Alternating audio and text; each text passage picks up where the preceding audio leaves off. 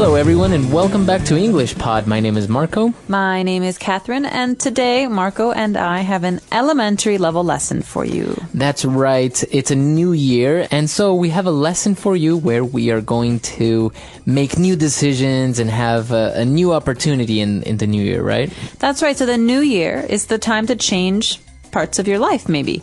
So that's what we're going to talk about today. Let's listen to this dialogue 3 times, and when we come back, we'll be talking about the words and phrases in the dialogue.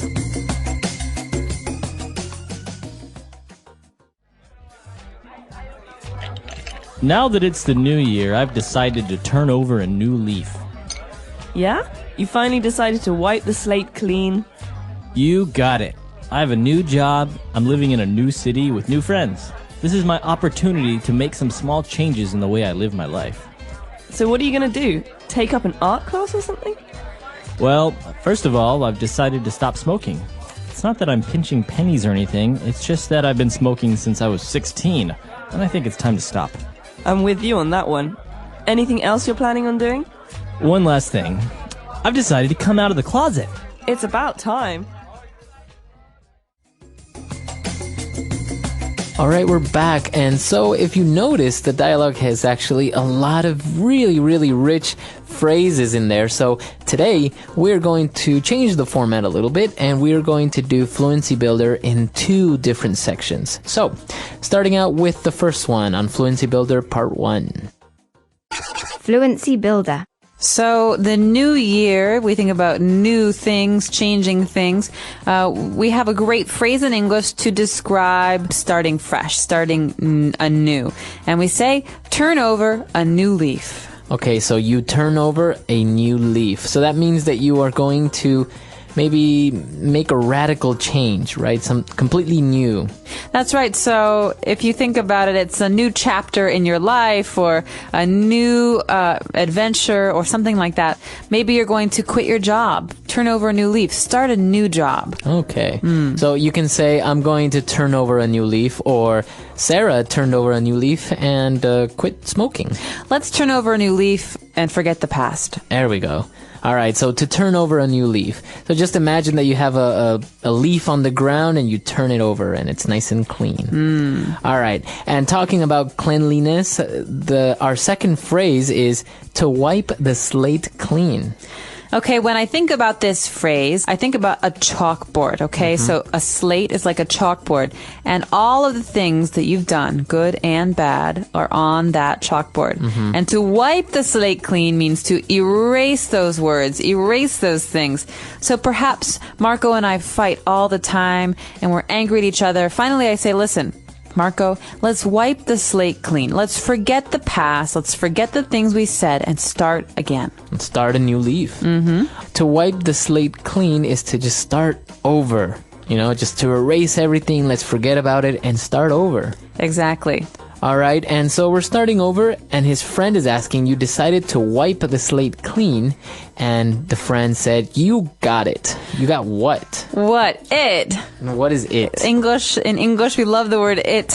Yeah. Well, in this case, you got it means you're right, exactly. You understand what I'm talking about. Okay, so if you agree with me or I understand what you're talking about, you would say, you got it. You got it. You got it. Okay. All right, so I'm trying to explain to you, maybe, Marco, something very difficult, like, if you add 4 and 10, you get 14, but what if you add 10 more? It's 24. You got it. All right. Okay, so he understands math. Yes. Okay, so that's the way you would use you got it. It's a really popular phrase. I mean, you can use it on pretty much anything, not only if you're right, but also if somebody agrees with it or you promise something, right? So are you going to pick me up today? Yeah, you got it. Okay, no problem. So it's a way to agree or to show that you're saying yes. Yes.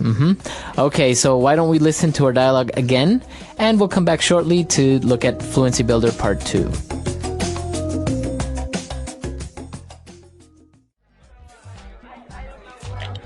Now that it's the new year, I've decided to turn over a new leaf. Yeah? You finally decided to wipe the slate clean? You got it. I have a new job. I'm living in a new city with new friends. This is my opportunity to make some small changes in the way I live my life. So what are you going to do? Take up an art class or something? Well, first of all, I've decided to stop smoking. It's not that I'm pinching pennies or anything. It's just that I've been smoking since I was 16, and I think it's time to stop. I'm with you on that one. Anything else you're planning on doing? One last thing. I've decided to come out of the closet. It's about time.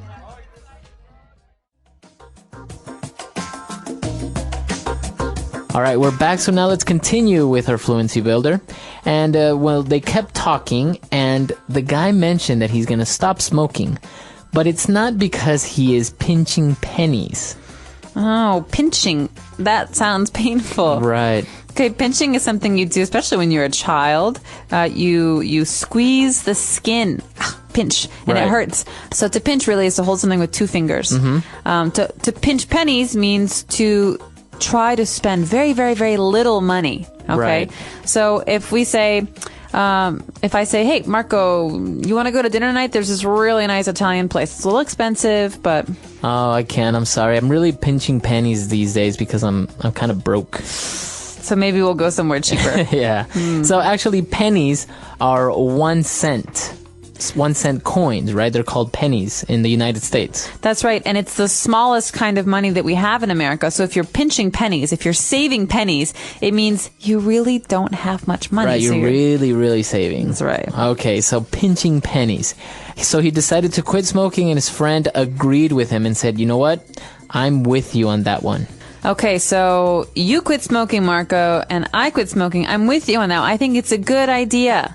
If I'm with you on that one, it means I agree with you. You're doing the right thing. So you can say, I'm with you on that one, or you can just say, you know what? I'm with you. Do it. I'm with or you. I'm with you. I agree. Or I'm with you. I support your decision.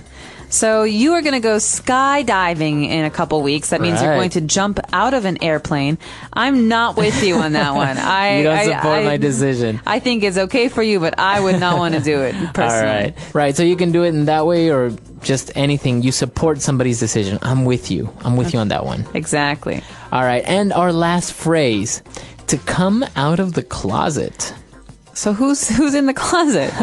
Why is somebody hiding in the closet? Okay, someone's not really hiding in the closet. This is a phrase we use to describe someone who is gay or lesbian, who has a secret about being a gay or lesbian. So when they come out of the closet, they're telling their friends and family for the first time that this is how they feel. So it's basically a phrase that's kind of a metaphor to say, you know what, I'm going to tell everyone that I am gay or lesbian, right? That's right. Well, it's because in English, oftentimes a closet is a place where we keep secrets. Okay, and so to come out of the closet means to share your secrets with people. So sometimes in English you say, you have skeletons in the closet. That's right. This is a little different. Maybe I killed someone, and it's a skeleton in my closet. It's a secret that I keep. But a skeleton in your closet can also be a very big secret, like you were once married and you never told anyone. Yeah. Right. Or I have 2 kids and I never told you guys. Right. So those were the skeletons in the closet. But in this case, it's to come out of the closet. And that's always related to telling somebody for the first time that you are gay or lesbian. That's right. And we don't say it about being straight, which is the opposite, which Right. is men who love women and women who love men. Right. You don't say it about coming out of the closet there. You say it about being gay or lesbian. Okay. So very interesting. And so I think we should listen to this dialogue for the last time. And we'll be back to talk a little bit more.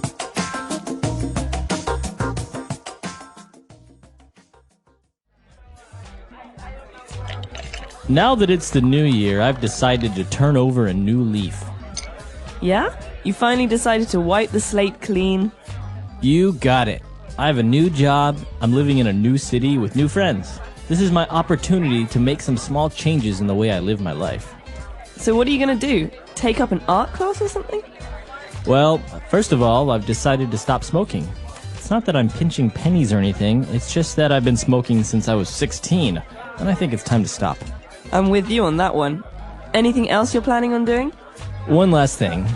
I've decided to come out of the closet. It's about time.